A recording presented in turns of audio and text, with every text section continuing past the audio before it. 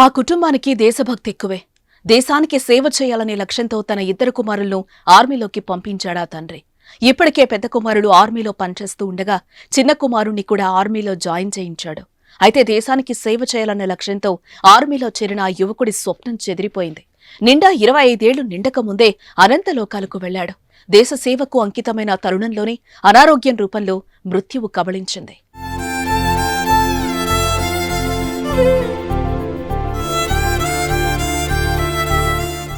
అస్సాంలో తెలంగాణకు చెందిన ఆర్మీ జవాన్ మృతి తీవ్ర విషాదాన్ని నింపింది. నల్గొండ అనుముల మండలం మదారిగూడెంకు చెందిన ఈటరి మహేష్ ఆర్మీ జవాన్ గా ఎంపికై అస్సాంలో 2 సంవత్సరాలుగా విధులు నిర్వహిస్తున్నారు. జులై 9న తీవ్ర జ్వరంతో బాధపడుతున్న మహేష్ ను డిబ్రూఘర్ జిల్లా మెడికల్ కళాశాల ఆసుపత్రిలో చేర్పించారు ఆర్మీ అధికారులు.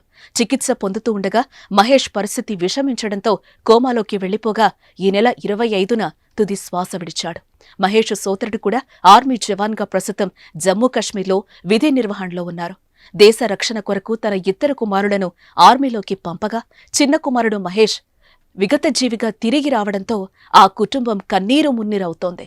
మార్చి నెలలోనే సెలవుపై వచ్చి వెళ్లిన మహేష్ జ్ఞాపకాలను గ్రామస్తులు గుర్తు చేసుకుంటున్నారు. ఇక కొడుకు అకాల మరణంతో మహేష్ తల్లి పార్వతమ్మ గుండెలవిసేలా రోదిస్తున్న తీరు అందరినీ కల్చివేస్తోంది.